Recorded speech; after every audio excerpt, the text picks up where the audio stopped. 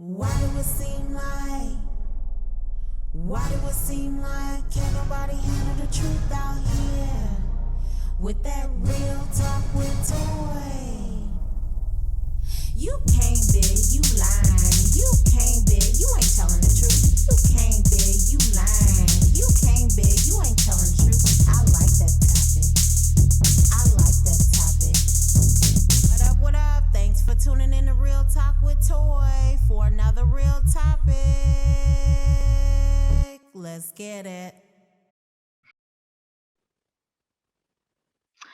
Hey, thanks for tuning in to Topics, Real Talk with Toy, where you have real people, real situations, and real conversations. I have a guest today, and her name is Setetra. Can you hear me well? Yes, I can. All right, sounds good. Sounds good. So, guys, before I even get started, you already know like, share, and subscribe so that you know when I'm on and you won't miss a beat. All right. So, thank you for joining me. Thank you. Thank you. You're welcome. All right. So today we're going to be talking about abuse. We're going to, which is a very, very sensitive topic. Right. But it's really real out here. It's really real, and we need to make more awareness of it. Um, I have a what I call a real one because I don't believe in saying fans. So I have a real one that is a viewer, and she wanted to um she had a question for me. She wanted me to go ahead and read it and answer, and that's fine. So I call those Q&As, questions and answers. And so this works out perfect because as you and I talk about it, she'll definitely get her questions answered. So I'm going to get started on her email that what she emailed me. All righty. So it says, "Hi, Real Talk with Toy. I want to remain anonymous. So I've been in a relationship with this guy for 9 months. Now he has one child by someone, and I have one child as well, but not with him. Our kids have not met yet, but he has met my son because my son lives with me. So when my boyfriend comes over, that's when he's able to see my son as well." And then she goes on to talk about, "At times we argue. And when we do argue, I feel as though he ignores me. So when he turns around to walk away to try to diffuse the situation, I hit him in his back to get his attention. And at times, when I try to walk away to diffuse the situation, he grabs my arm." So mind you, she's been dating him for only 9 months. Okay, and this is still going on. So then she says, "I love this man, but I don't want to start our first year out like this. How can I get things back the way they were when we first met?" 9 months is not a long time at all. No. At all.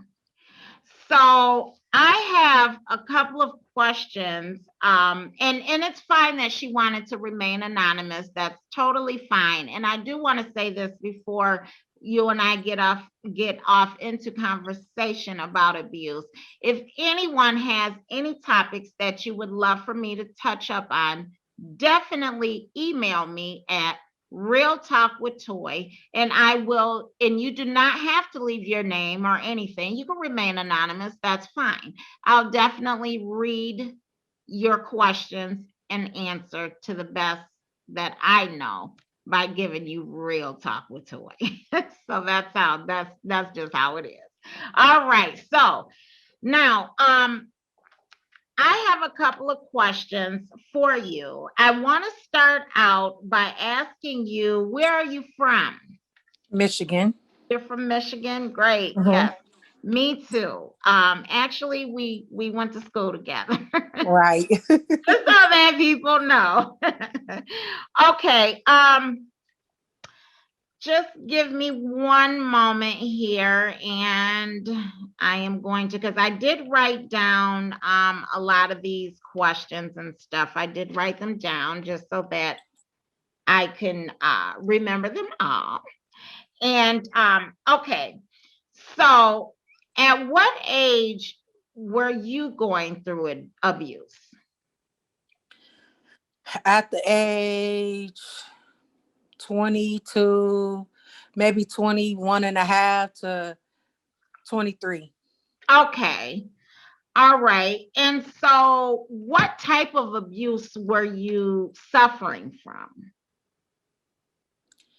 Emotional and physical abuse. Okay.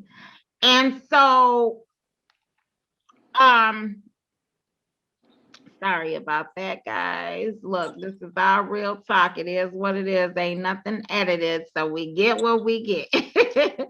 All right. So I'm gonna put my glasses back on real quick and finish reading, asking questions. Okay. Um, what are some warning signs of abuse?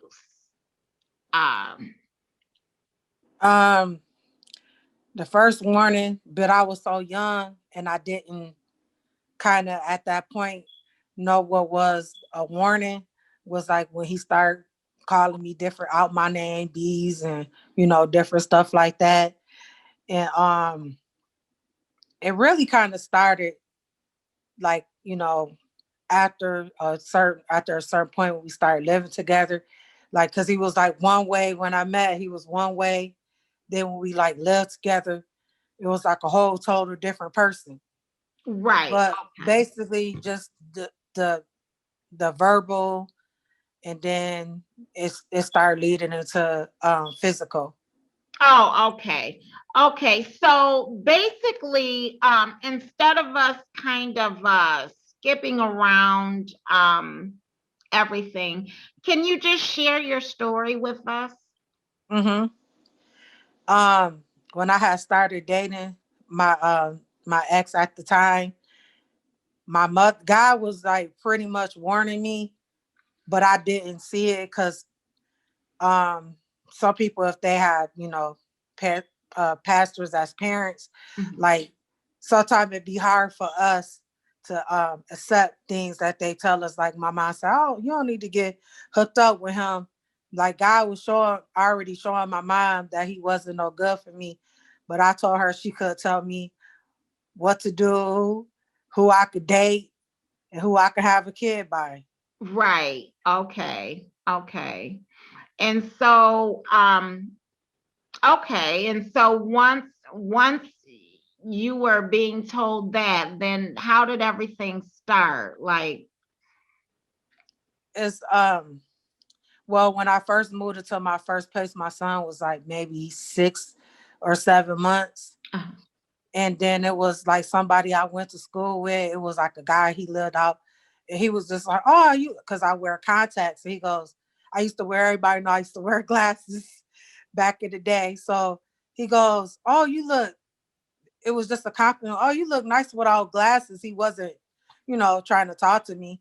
So uh-huh. that the first thing that my son, the at my ex, he was he flushed my contacts down the toilet. Oh, wow. Okay. I was looking for my contacts. Then he flushed them down the toilet because the guy said that I look nice without glasses. And it wasn't like they wasn't trying to talk to me or nothing. They just was giving me a compliment because they knew me. And Mm-hmm. I was just like, wow. But I still didn't see that as a sign, but it really was. Mm-hmm. And then he like we started getting in arguments over um he just made up stuff. It was one of my brother friends. They had he had the same like nick well his real name, but well nickname as him. And so Uh-huh. he said that he was my son, my son father, but it wasn't. That wasn't true. That was something I don't know his psyche that I guess he thought or whatever. But and then he just started like we would go places, and one particular instant we had went to his aunt house, and I had seen a guy I went to school with, and I knew that he used to like me. And then I said, "Oh God, I bet he in there running his mouth." And then when he came, my ex came out, he took like a E&J bottle and he just started banging it all on my wrist, and my whole wrist was sore. And we had went to go get his aunt some chicken, and she said, "What happened to your arm? Because when you left, it wasn't nothing wrong with it." And so that was like one of the first times him started hitting me. Then we would just argue. He would just make up stuff and just start fighting me and stuff. And so one of my friends I went to school with, his grandma was my next door neighbor, and he would call my brother, and I'd be like, how was my brother just like every time we got into it, I could wonder like why did my brother come out the blue, because he would call and say, "Hey man, he jumping on your sister." And so my brother would just like pop up out of nowhere, Mm-hmm. and I figured out how how that started happening. And then I had ended up, it was just, a whole lot. One time he had shown me how to make some food. This particular dish was some enchiladas. Okay. And I don't know what he had got mad over, but he took the food and he threw my food like on the wall, like took the whole food and threw it on the wall. My brother was like, "Man, that's my sister, my nephew got to eat that food." And then at that point, they really got to like scrap, like fighting, and I had to get in the middle of them. And I mean, I was getting blows because they both was like punching like over me or whatever. Wow. And he wanted me to basically put my brother out, but my brother had already been staying with me before he had even moved in. And I'm like, "Nah, that ain't even, that wasn't even happening." And then I Right. had ended up losing my place. And then me and him and my son had stayed in a shelter. And he was talking to like women women that lived in the shelter. Like I caught him down, like I was coming down the stairs, and I actually caught him and a lady talking to each other, him trying to get with her. And like by me being young, whatever, I was like, "Yeah, I'm gonna kill you." I said a whole bunch of different stuff to her. Like not, I really wasn't gonna do it to her, but just because I was young and I was upset. And Mm-hmm. then from that point, I ended up finding a place and moved in that place. And it was like it just got worse. Like when I would go to work, he would have different, he was sleeping with different women while I was at work. They was buying him shoes. And one time I really got mad because it was one of his ex-girlfriends had bought us some shoes. I was like, "Oh, you gonna bring some shoes from another woman?" Because you know how we get we get sensitive. I start throwing them down the stairs, and Right. we had got to fighting, and my mom, and so he had punched me in my eye, and all underneath here on Okay. my eye, it was like really swole. So I had took some eye makeup, and I tried to cover it up because my mom I had eye surgery that Oh, day, and okay. I was just trying to cover it up because I didn't want but my family could seen that it was puffy. And then I just was like, I just started getting tired because it was just started, being ongoing. And then I even told him like, "You know what, you could we could sleep together sometime, but I just want you to leave my house because Mm-hmm. it was just, it was just too much for me." But he wouldn't leave. "Oh, that's my son. I ain't going nowhere." And I'm just like, "Oh God." So I got to the point where I just couldn't take it no more. So I went to go talk to my mom. I was like, "Mom, don't tell dad because dad gonna get real mad." And so Mm-hmm. my mom said that that she wouldn't, but my mom told me, God told me to tell you to leave him for either you kill him or he kill you. That was what God told my mom to tell me. I heard what she said, and then I told him I wanted him to leave, but I didn't want to call the police on him because he was my son. All I just really wanted him to leave, Mhm. but I could have avoided a whole situation of my finger get cut off by me just telling him to leave. So what happened was it was a girl that worked at my job, and Okay. I knew her and her sister lived on like at the end of my street. And Mhm. so he was sleeping with the girl and her sister. Oh. And I found out about it. And so when I came home, I said some stuff to him, and we really just like went at it. And so he ended up leaving and coming back. And I told him I wasn't sleeping with him no more. I was like, because I'm not trying to be catching no disease. I don't have no diseases. I'm not trying to be catching nothing from nobody. And Period. so, yep. So this one day he was really, one problem he really had bad was he was an alcoholic.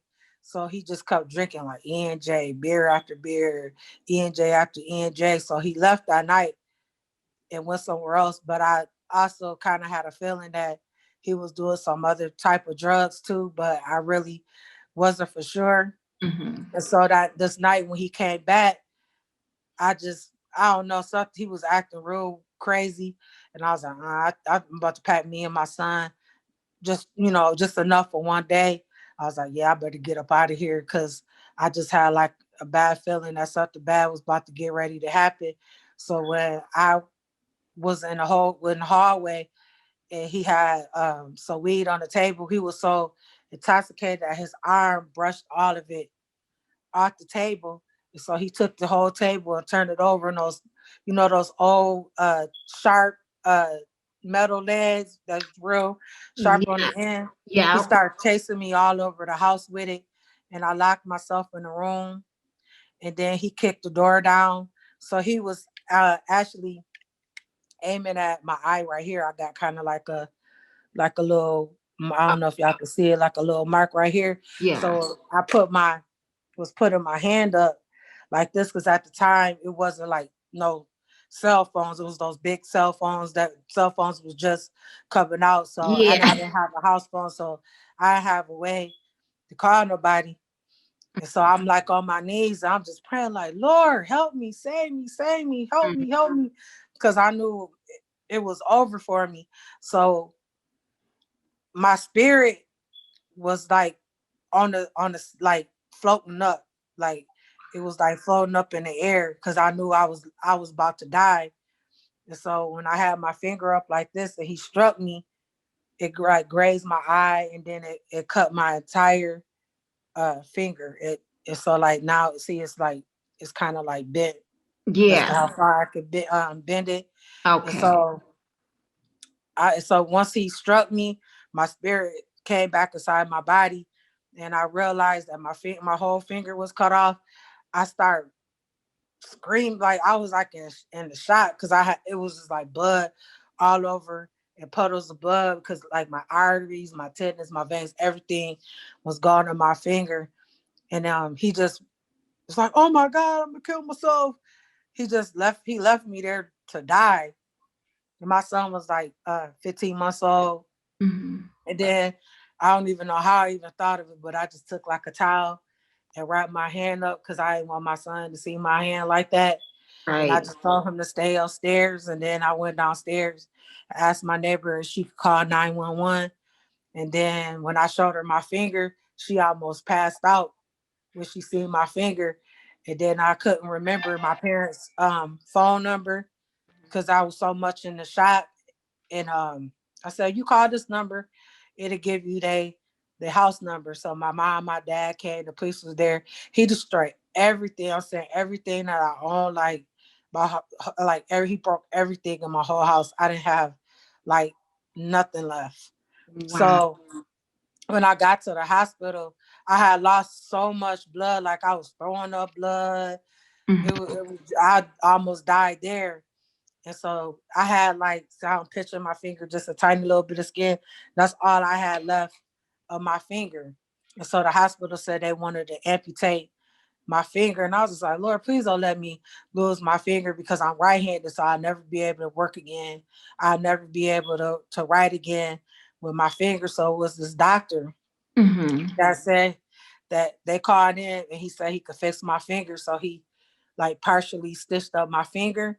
And it took 7 surgeries into one just to fix my finger. So my finger actually was the size of my pinky because it was so severely damaged from being cut. Mm-hmm. And so 5 years ago, like I never thought about a miracle, no nothing, but God had told me to go to this church. Mm-hmm. And it was a lady, her arm was, she had dislocated her shoulder. So her shoulder, one arm was like a little shorter than the other one. Right. And the pastor through God had stretched her arm out. So he asked, did anybody else need something? So I raised up my hand because how my finger was shorter than the other one. And so he started praying, speaking to my arm, and my arm was like stretching out. And God told him to stop saying that and to start speaking to my finger. And so he started speaking to my finger, and it literally like I could feel like the Holy Ghost stretching out my finger. And Wow. the people in the I didn't even know they was even recording that service, but they did. And the people, and I was like, oh my God, oh my God, oh my God. And then I couldn't, like, I believed it, but it was just like every day, like that night, I showed my son almost fell out his chair. Like Yeah. he could believe it. I wanted to call my mom. It was like late at night. I wanted to call and tell her, Mm-hmm. but I knew she was asleep. I barely could sleep that night because I was just so excited. And then I showed my mom my finger. I said, Mom, you want me to send you a picture? She The was like, power no. of God. Yes. Yeah, she was like, no, I don't want you to send me no picture. She said, I want to see it in person. So for study school, I showed my mom my finger, and Mm-hmm. because and I showed her it's the same. And I actually had ended up taking, I don't even know why, like I had just ended up taking a picture of my finger being short. Mm. And I didn't know why, because I didn't know, like God, we don't know what God had, what he'd be up to. That's right. And so I didn't know. And this happened when I was 23, and I was like probably so I was probably like 39, maybe about 39 years old when my finger got stretched out. Like it happened like a whole 20 years later. God ended up doing a miracle on my finger. Wow. Girl, the power of God, right? Right. Oh my goodness. So, how did you manage to get away? How did you manage to uh end the relationship without, I don't know if you went through any more harm by ending? I ended that night when he cut my finger, it was a wrap. That was it. Like while I was in the hospital, like he had kept having his family call me. He kept calling me. My mom was like, no, you ain't talking to my daughter. And then I thought he was gonna try to kidnap my child because one of my brothers was watching my son, and he was like, no, you ain't said my nephew. And so I knew they was gonna hold it down. But Mm-hmm.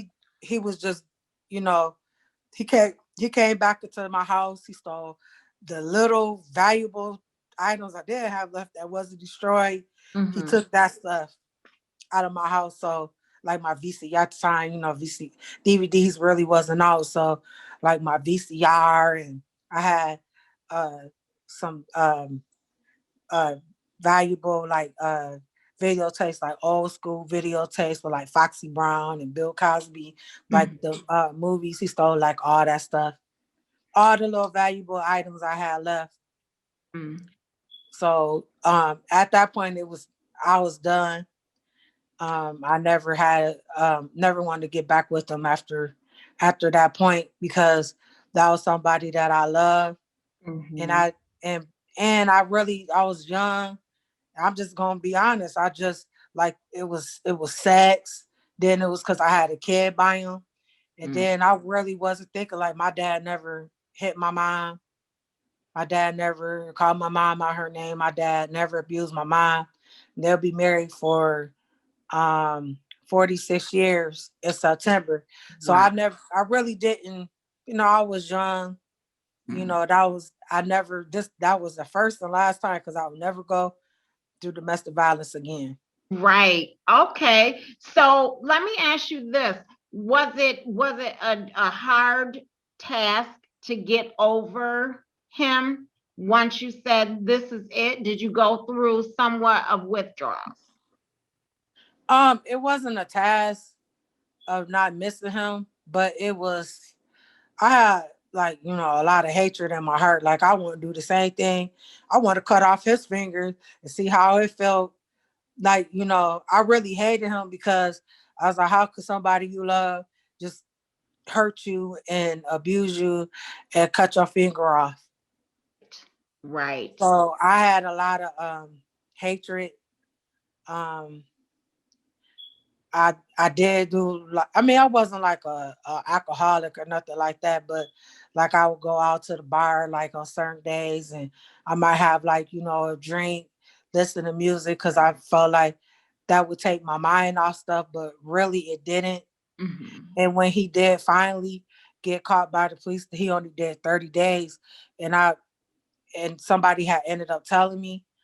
And it felt like that whole situation like happened all over it. And where I was really hurt was because I had been going down to the police station and checking on the situation. And I even gave them because I said I didn't own a house, so I was a renter, and my parents had a physical address, and so I gave them their address, and they mailed the paper to the house where he hurt me at.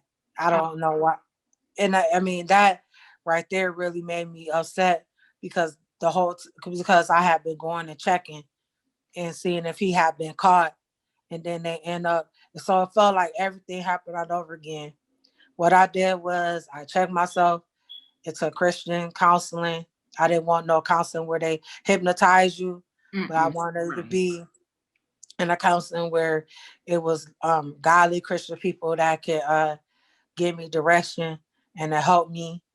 And so I went the second time around, I went that route and that helped me. And also I had to do a lot of praying like every day. Ask the Mhm. God to take the hate and the pain out of me because like when God takes stuff away from you, it doesn't happen like people think like, oh snap. That's Like right. deliverance, it happens in stages, Yes. so it was happening like like slowly, but in stages.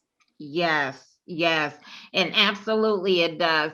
And one thing about it is, because years ago when I was younger, and I'll say my late teens, roughly at 19, Mhm. and I didn't have any children at the time. I was in an abusive relationship as well. There is all different types of abuse. We Right, already know there's mental, physical, emotional, all different types. right, Um, and mine was more verbal abuse. Um, some was physical, but it was more in like this the viewer that did email me. And so it was more in like what she was going through as far as if he was, trying to walk away to diffuse the situation, I'll find myself just wanting to hit him in his back. I totally got that, when she was saying that. Or if the other way around, if I was trying to walk away from him and I arguing, and stuff like that, he would grab my arm, you know what I mean? I was being so young at the time. um you tend to think, a person tends to think that that stuff is cute. He cares. Oh, he cares. He cares a lot about me because he gets mad when I talk about something or when I go somewhere and so on and so forth. But that is not the case because love is Right. not supposed to hurt. Right. And, that's how I felt when I was younger in an abusive relationship. I felt like, you know, oh, that's cute. He cares. That was my whole perspective on that. And it was the wrong perspective. Um, and as well as the verbal abuse that I was enduring, with the Hmm. calling me out of my name, he would, want to pick arguments and things like that when it was, a good day was here, you know what I mean? And we were getting Hmm. along and so on and so forth. And he would want to pick a fight, you know what I mean? Just to be verbally abusive, and I sat there and I took it for quite a while until I couldn't take it no more. That was it. And that's one thing about it is when a person, I'm going to say a person, I'm not going to say when a woman is fed up because um when we say when abuse can come from a man and a woman. Right. So I want to say when a person is fed up, there's no more talking. That's it. It's over with. There's no more Right. talking. And that's how I felt at the time. There were all the sorries and I'll never do it again. And I feel so bad. I want to kill myself because I did this to you. That was all manipulation. Right. He said a whole bunch of times, "Oh, I'm not gonna hit you no more. I'm sorry." He kept Yeah, saying that over and over and over again. When a person show you the first time, who that's they are. who that. Yep, exactly who they are. Because first of all, as I start getting older and I start learning about love, like God, if they don't love God, uh, either a man or a woman, Mhm. if they don't love God, they can't love you. Period. That's all it is And to it. he will love, he will love you the way God says that a husband supposed to love a wife. Because my father, like I said, never abused my mom. Like my dad loved my mom, and Right. he'll do anything for my mom. I'm not saying they never have disagreements or arguments. My dad never called my mom bees. My dad Right. never called my mom hoes. Right. If my dad got upset, he'll go leave and go play basketball. And, you know, when he come back, they'll sit and talk. That was how when he was younger. That's Yeah. how he kind of, sometimes you have before you talk to somebody, sometimes you gotta release because it's not good to talk when you're Right. upset and you're anger somebody, him playing ball. That release Release that his frustration. frustrate. Yep. Exactly. Exactly. And you know what? And that's why I say I totally believe in that old school respect. You know what I mean? Hmm. But that old school respect with the parents that's been together for over 40 years and so on and so forth, that type of respect that's going on now, that's over with. There's Right. no one understands that type of old school respect. You know what I mean? Hmm. And I that brings me back to thinking about how, like, I always say nowadays people look at things as right is wrong and doing the wrong thing It's right. much like Hmm. right. You get what I'm saying? And that's Right. the world that we live in, and it's really, really sad. It really is. There are so many signs of abuse that people endure. And along with that abuse comes stress. And it comes, you get to where you can't focus daily. And eventually it comes to an end. Eventually it comes to an end. Now, abuse can go as far as coming to an end, as far as a person losing their life. Um, Abuse can come to an end as far as a person getting out of the situation and then it being over with. You know what I mean? Mm-hmm. Everything, though, in life, it always comes around full circle. So I always say karma, karma. You know what I mean? Right. I And that's never, why I'll say too that you just never know. Like if I would have called the police on my son dad, because it was something I thought about a lot. I didn't want him to go to jail. I just want him to be removed out of my house. right. That I wish I would have called the police and just had him removed, not arrested. I might not, but then again, you never know. He still could have came back and tried to hurt me. I don't know, because he was Exactly. very, he was real, you know, violent. But sometimes God allow you to go through things because he had to give me a testimony to tell somebody something, so how I can help. Now I know I can help other women that been through domestic violence. So you can, and you also can't help everybody, because some people you could try to help them and they still keep going back to the same situation. It was a lady that lived in my old apartment building like this, and she lived across the hall. This guy was, when I say this man was beating this lady, this man was beating this lady, Wow. even out in the hallway. I felt so bad. And then one day she was by herself. She was by herself. Mhm. And I told her, I was like, I'm not trying to be in your business, but I've been through domestic violence. I said, my finger got cut off, I almost died. I'm like, please walk away. I said, take your kids, walk away. I said, I'm not, trying to tell you how to live your life, but it bothered me to see her. I just said what I said because regardless, she still stayed with that man because it was her kids' father. She still stayed with him, Mhm. but I had to say what I had to say to her because in the inside of my heart, it hurted me to see how. I mean, this man was really beating this lady out with her, crying in the hallway. He Wow.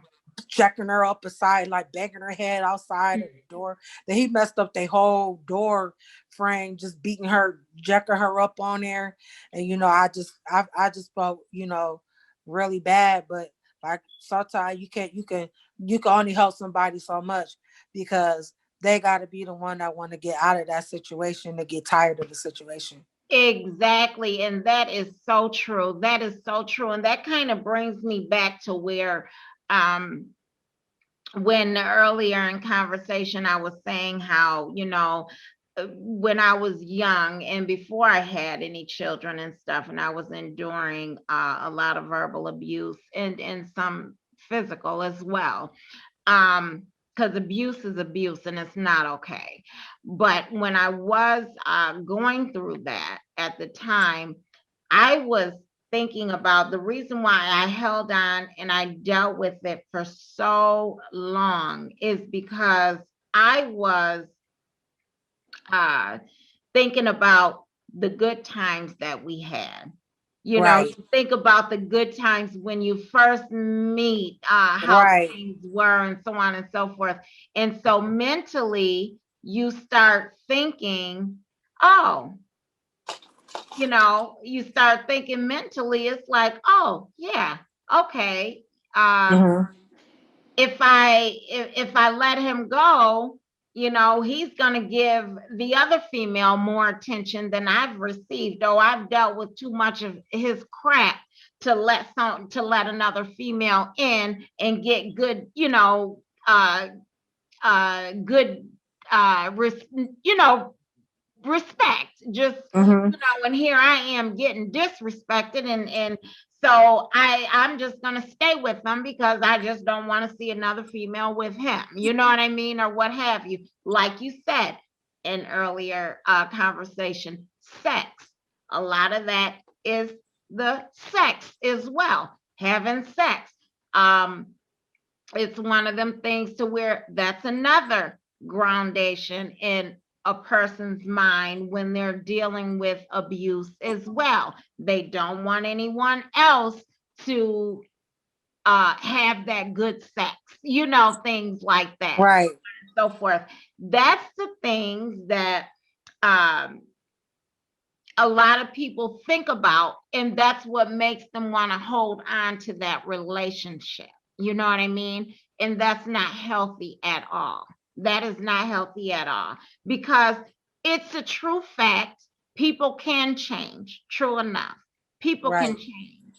But to deal with abuse like that, waiting and hoping for change, that's something that they have to work on with themselves. You know what I And they mean? never will change because, like I said, he kept telling me that he wasn't gonna do it no more, Yep. and he just kept on doing it. And then it also was unhealthy for my child because even though he was little, my son, got upset, and then as he got older, he got, was angry. He did this to my mom, and Mhm. and Mhm. and like my son is, it upset my son, so I had to eventually put my son like in counseling and just different to try to help my son because it was just a lot. Like people, and then I seen one time I had went to the hair store and Mhm. I was coming out and it was the guy was with another girl, the baby mom had the kids, and maybe he was cheating on her and they got to fighting and stuff,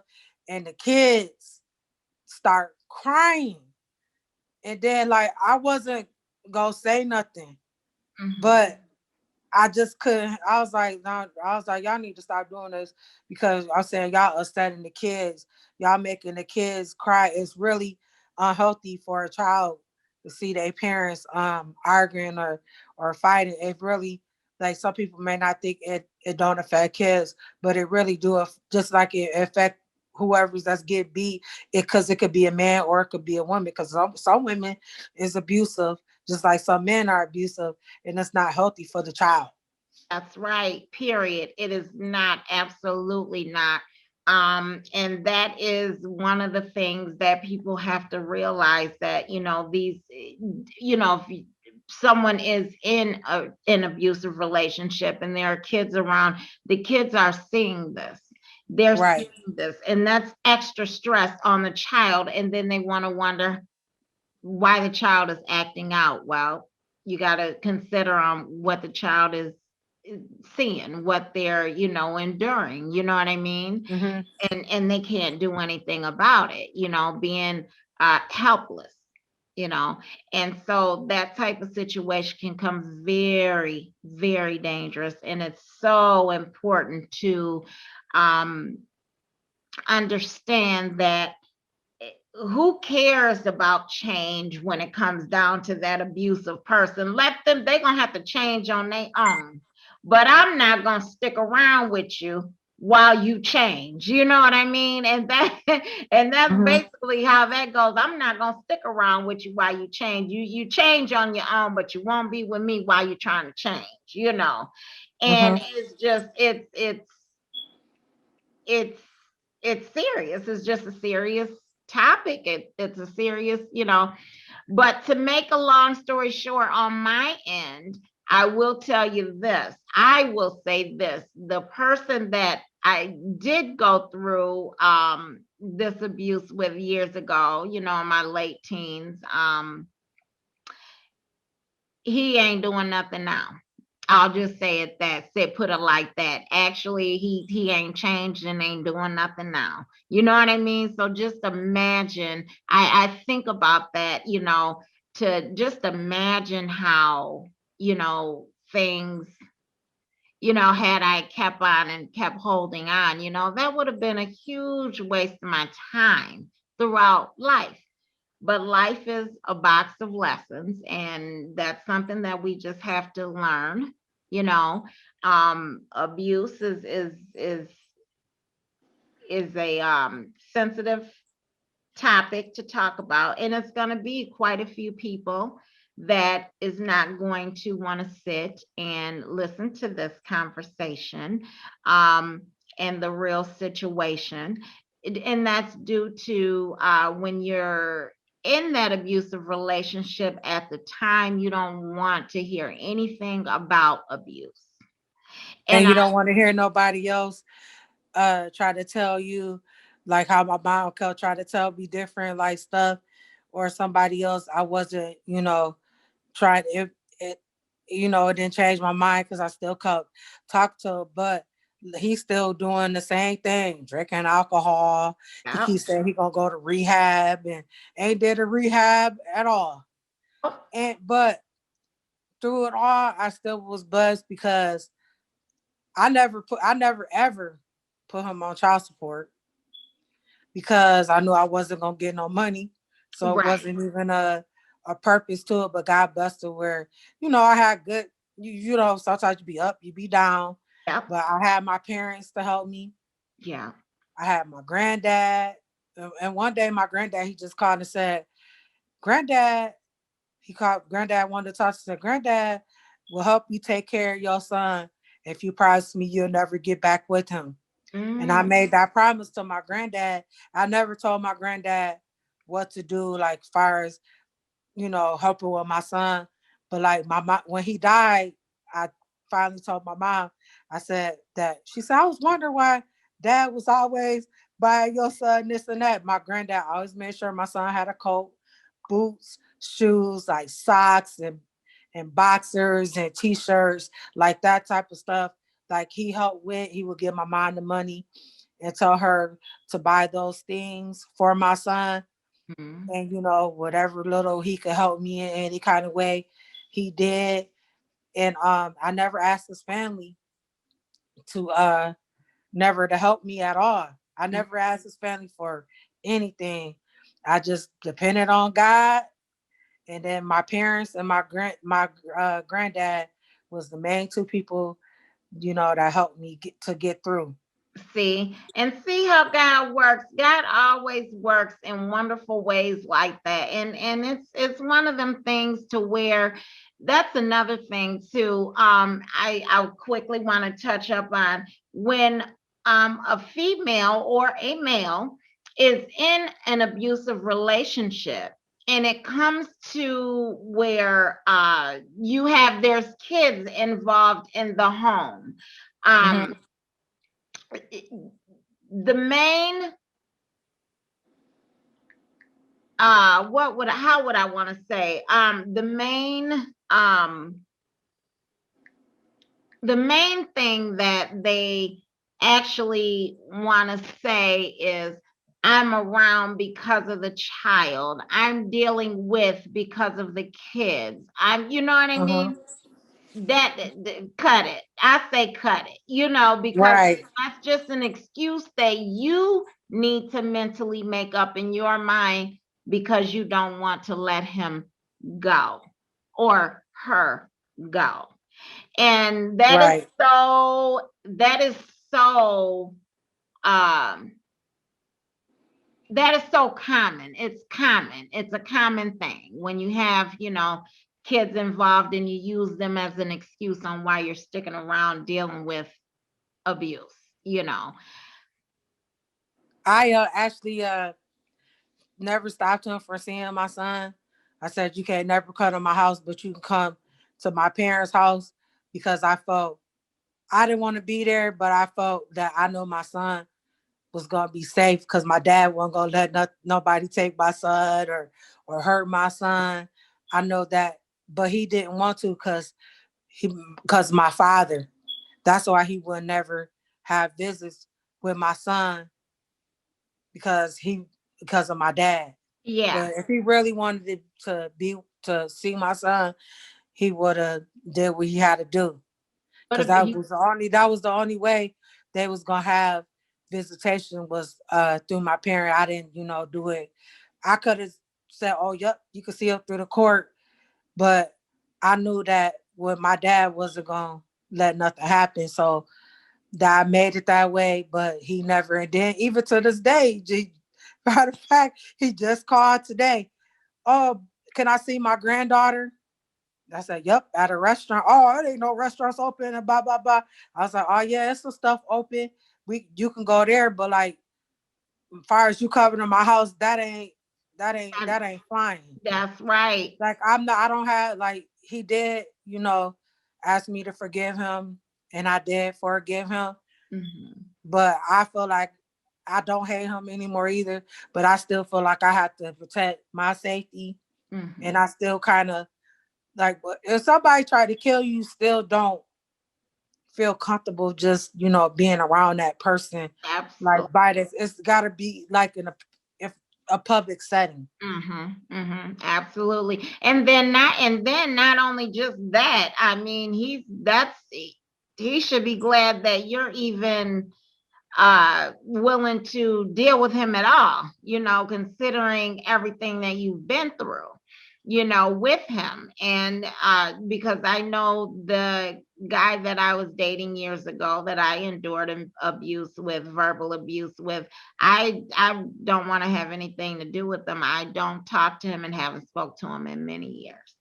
So that's a good thing to still uh let him be around like that, and that's something that he needs to which it takes whatever, but he needs to realize that that's a privilege. You're giving him an actual privilege. you Right, but bars now my son is grown, Yeah, so I can't make my son talk to him because sometimes my son don't be wanting to talk to him.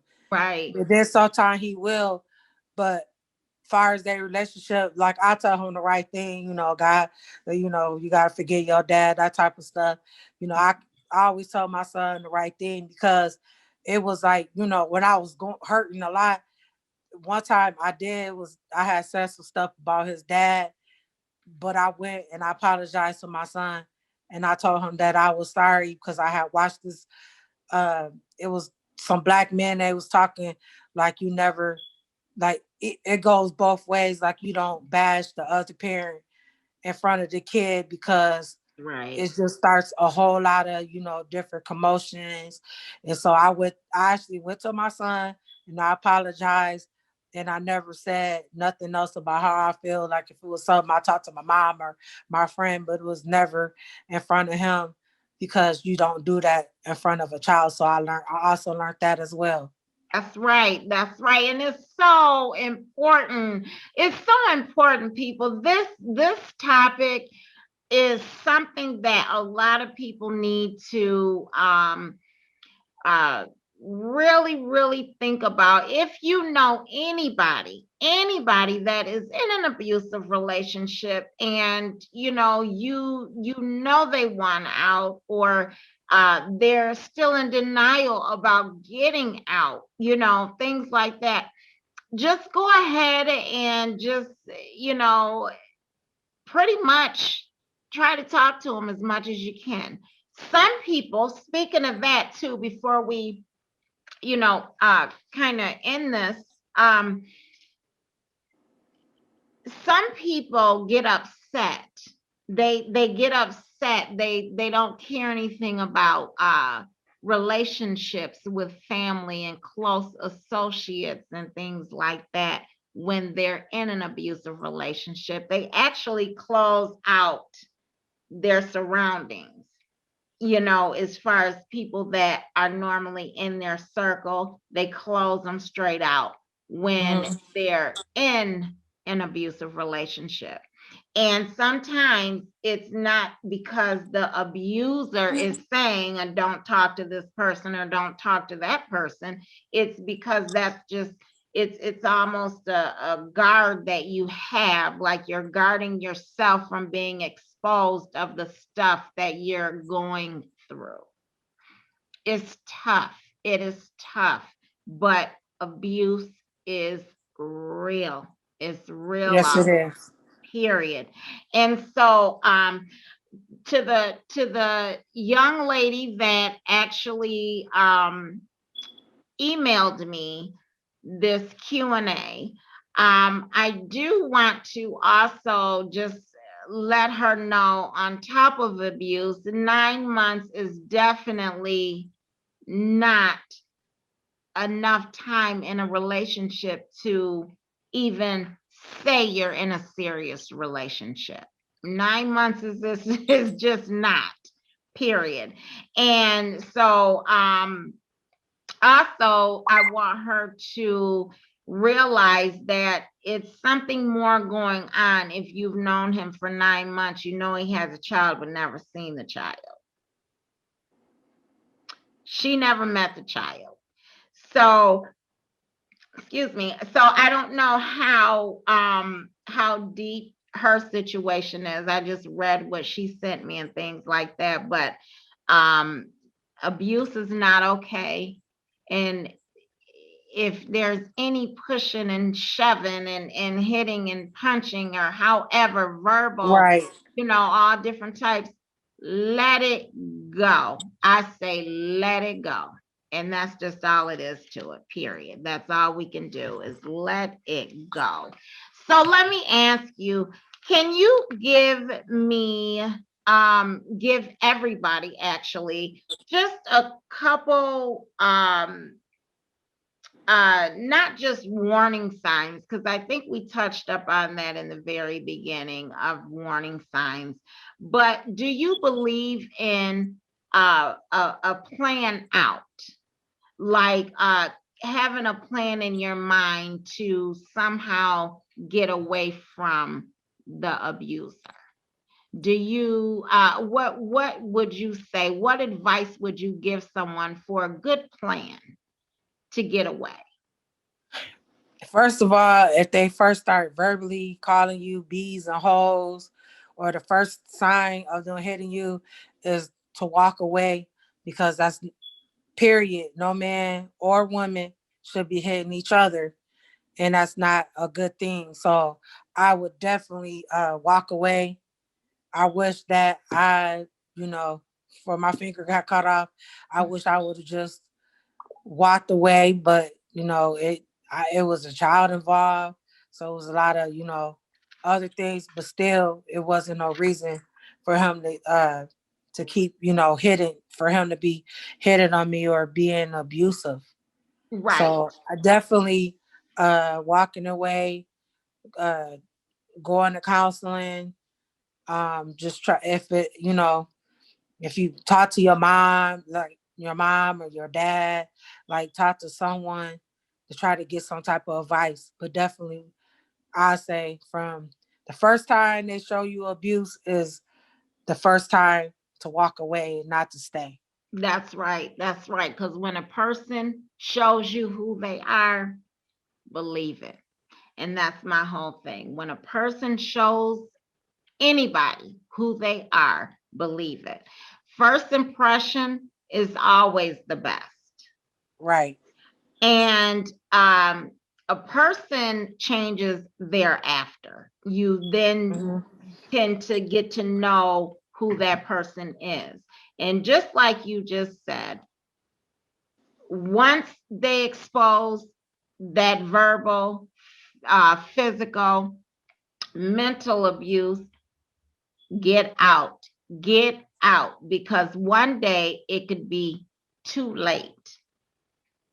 And my my advice as far as coming up with a plan would be, if someone is in a relationship and they live together, they're in a type of relationship to where they're scared to leave, they don't know how to tell that person get out, or I don't want to have anything to do with you anymore, or it's over.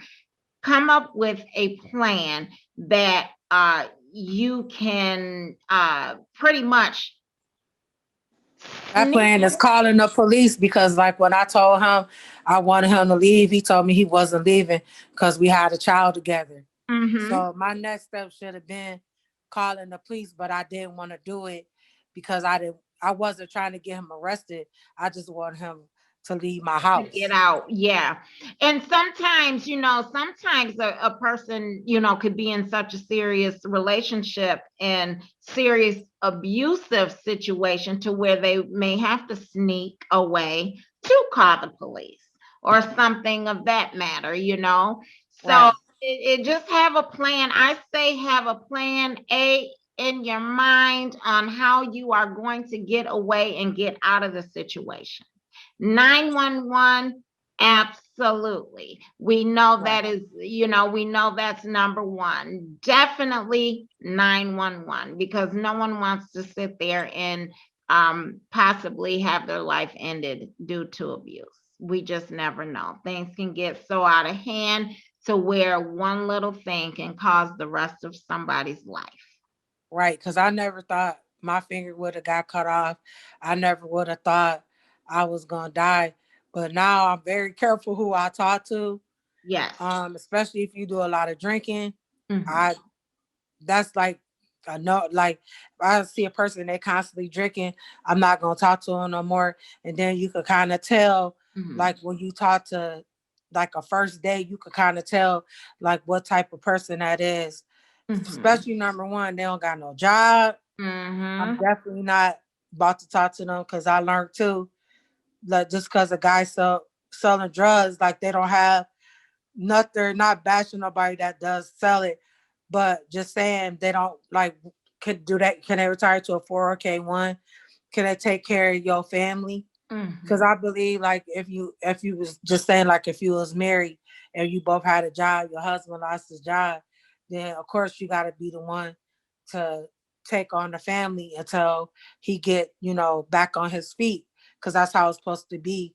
Like you supposed to work together as one to keep things together. Exactly, exactly. Because abuse is not a cute thing. Abuse is not something that a man should show a woman, or a woman should show a man, because it can go both ways to say, I care. No, no, that's not, you don't, love does not hurt. Love isn't supposed to hurt. And Right, I just want to stress quickly too that it's not just women that is going through abuse, men is going through it as well. you right, and so that type thing goes both ways. And it's a sad situation, but all we can say is get out as soon as possible. Get away, because it does not get better. And they're not going to get better either. no, they're And not. trust me, the next relationship is not going to be any different from what you're going through. And that's on either end, man or female. I totally agree with that one.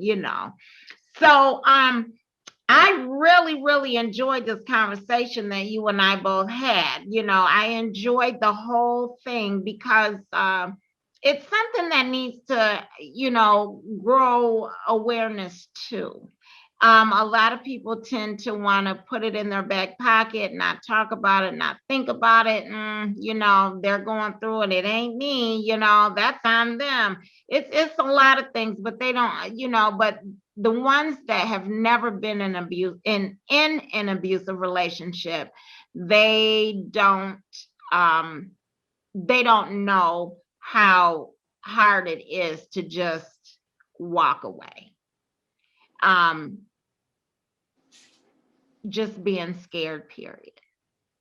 It's a whole different ball game when you're dealing with domestic violence Right, or any other type of abuse. So it's a whole new different ball game. What looks good on the outside don't mean it's perfecto on the inside. And I've always looked at it like that. Just because a person looks good on the outside, or a relationship looks real nice on the outside, that don't mean that that's what's always going on. You know what I mean? And so yes, so I am so glad. Thank you so much. Thank you for tuning in to um this interview today, and thank you for sharing your story. It's you're very welcome. important. I will tell you this, and on another note, going to school with you and things like that, I swear I would never, oh, never in a million years would have thought that you were going through something like that. And let me tell you why. Because in school, I remember you were quiet. You were a quiet person, and just kind of, just just quiet. You were a quiet person. You always kept a smile on your face. you know, even when it wasn't a smiling matter, you had a smile on your face. You got along with everybody. So I just would have never known. I would have never known. I would have never thought. You know what I mean? Um, Mm-hmm. versus myself, big mouth. You know what I mean? Just being just wilding out. You know how it was in my younger years, just wilding out. It was what it was. So, but I'm so glad that you made it out of that situation safe. Regardless of when it was and so on and so forth. Let me ask you just one more question. Just one more. How long were you dealing with this abuse for before you said, no more? How long were you actually in At it? least at least 2 years. Okay. And Okay. I just got tired. It was just so much. And it was like this lady that he was had dated like before me. Hmm. And I don't know, but this lady was like psycho. Like she one time she called every Smith in the phone book, called my Bible, my dad, told Hmm. her that she was my friend. My mom was like, "Oh no, I know you ain't my daughter friend," because my mom knows that like my real friends, people that I talk to that call on a regular basis. She Hmm. already knew, and then Hmm. she called my job when I was pregnant with my son, said she was gonna kill my baby. And then one day I had went to the store to get my son some milk, and Hmm. he let her hold my son, and I just went completely OFF about Period. like I snatched my son. I was like, told her that I was gonna kill her, and she ever touched my kid again. Yeah, I'm trying to tell you. That was But I bet you that was like a moment to where it's like, wait a minute, am I asleep? and Am she I would ride past my one of my places. She used to ride up and down the street, just trying to see if she seen me. I mean, this was just it was just, it was just starting to be like, overwhelming. wow. Wow. Now was this in the beginning of the relationship or towards the end or just the whole time? Kind of like in the middle. Cause Mm. the whole time he still was the whole time through the whole time we was together, he still was messing with her. Like Okay. different other women that he had been in past relationships and new ones, he still was seeing them while like when I'm at work. Like Wow. basically they'll pull up on him and they probably was sleeping together in my bed too. I Wow. don't know, but I know he was still Yeah. messing with other women. And I just got tired.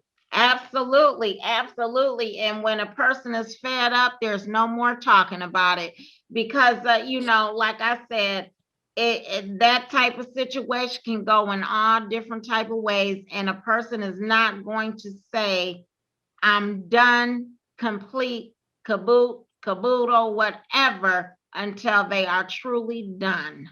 And that's just what it is. And then there's no more talking. I get it. I totally get it. Eventually those feelings will go away, Hmm. but just to be blessed to have another day and be able to talk about it like we are now, that's Hmm. what's up and that's how it is. So it's very important everybody come up with a plan A if you are in an abusive relationship, and it doesn't have to be physical. Like I said, it can be there's so many signs of abuse and so many ways to be abused. So yes, and tell me this before we get off of here, how can people find you? Um, right now, they can find me.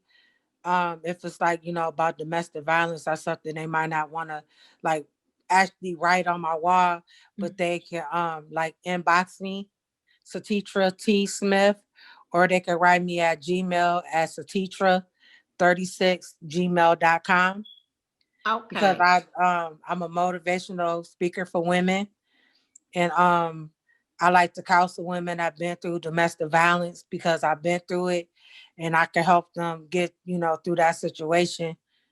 And so, that's like really my goal. But I will be opening up a special page, and it's gonna be called Life and Purpose Ministry, and that's gonna be for my ministry, but also for women that been through domestic violence, where they can inbox me like if they have questions, or they need somebody to talk to because they going through domestic violence. Because I kind of want to keep my regular page, like for like my personal, for like my friends, but I'm gonna open up a public page. Mm-hmm. And also, hopefully within the next 6 months, I'm gonna be coming out with a book about domestic violence called From Pain to Purpose. Wow, that's what's up. See, that's what I'm talking about. That is so inspirational to know how something so negative as far as just abuse can turn out to something positive. And it will and the effects from it is causing you to want to do so many positive things to help someone else, um, to help save someone else's life. Because we never know what people are thinking. You know what I mean? And so that's really nice. That's a good thing. And so you said that your book is going to be coming out here soon. You're Mhm. still in the middle of finishing that. And Right. then, okay. And so you're also going to be starting another page. And now, is that page going to be on Facebook, or is it of all sites, It's or? gonna be on Facebook, and I'm probably try to put it on other sites for other people, because you just never know who's been through domestic violence. And then I also gonna be trying to, like, within the next year, try to get a business plan together, because I do want to open up a domestic, just like get like a house um for women or children that's in a abusive relationship. They don't have nowhere to go, where I can help them to get their life back together. So I Oh, always I've been wanting to do this for a while. that's so sweet. Look, hearts, hearts, hearts, y'all, hearts, hearts. That's what's up. I love it. I love it. That is so positive. And I wish you well. I wish you well. And if there is any way I can help, definitely feel free to reach out and let me know. I will. All right. Okay. All right, you guys. Well, I just want to say again, thanks for tuning in to Topics Real Talk with Toy. And y'all already know, just like I always say, keep God first. Peace.